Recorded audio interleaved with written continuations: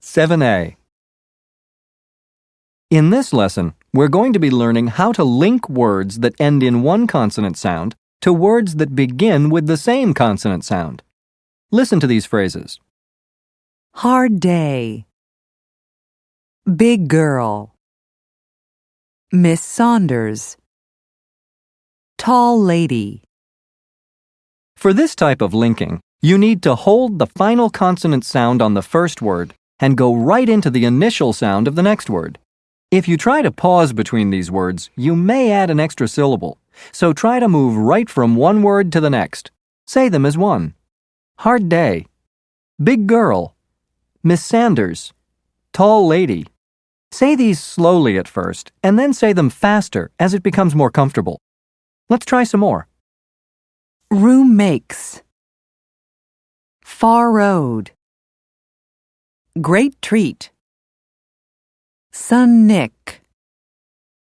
Love violets.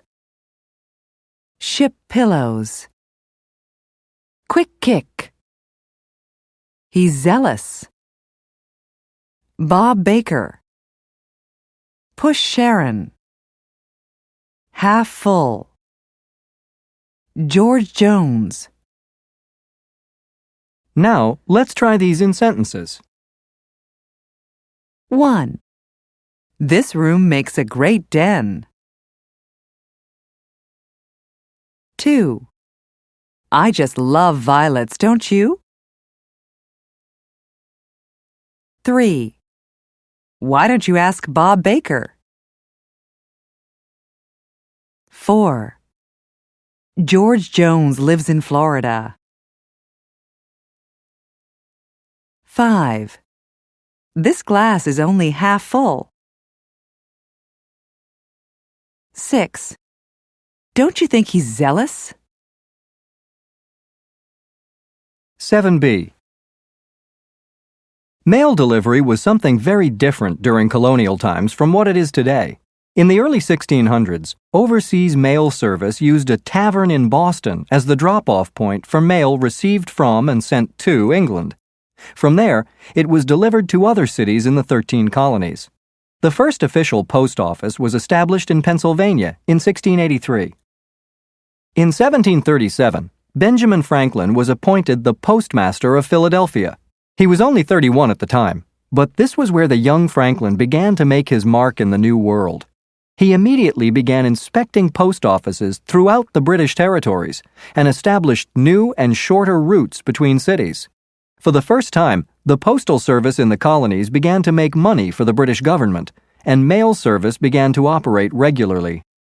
Later, Franklin was dismissed from his position as postmaster because of his sympathies for the independence movement in the colonies. However, by the time of his departure, there were 30 post offices operating in the colonies. After the Revolution, almost every mode of transportation was tried for improving mail delivery services in the U.S., including even balloons. Naturally, as the size of the new country grew, so did the challenges facing mail delivery. Mail service to California first followed the Butterfield Express, a stage line that began in Missouri and ended 2,800 miles later in San Francisco. Mail delivery took between 24 days and several months. Later, the Pony Express delivered mail to California by horseback. A rider covered between 75 and 100 miles a day, rapidly changing horses at relay stations set about 10 to 15 miles apart. This method of mail delivery took about 10.5 days from St. Joseph, Missouri to Sacramento, California.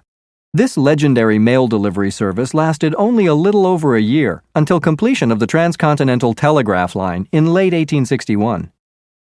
About 40 years later, the automobile began to play a role in mail delivery, and other technological advances in transportation would follow.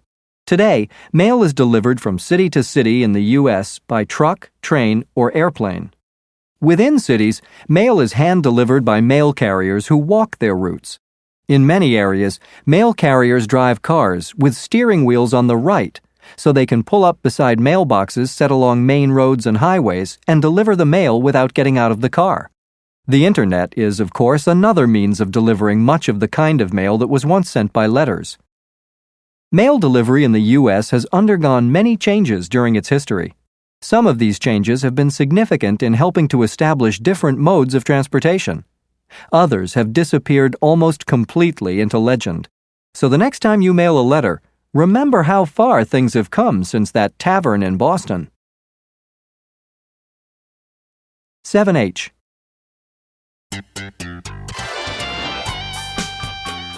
Hello, everybody.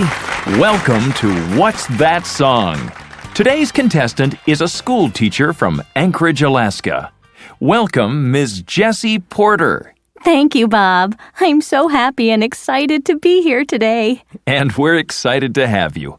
How long have you been a school teacher, Jessie? For about 13 years now, Bob. Well, that's just great. Today's game will be about songs related to the mail. Are you ready to get started? Yes, Bob, I am. Okay, then. In 1961, Stevie Wonder sang Signed, Sealed, Delivered. The famous line begins, "Ooh, baby, here I am, signed, sealed, delivered." What came next? I'm your man. Oh, so close. No, it was I'm yours. Oh. Okay, let's go on to the next question. In the summer of 1961, the Marvelettes released Please, Please, Mr. Postman. This song immediately became a hit and rose quickly to the top of the chart. In 1975, another famous group re-released this song. Who was that famous group? Oh, I don't know. The Carpenters. Oh. Okay, one last question, Jessie.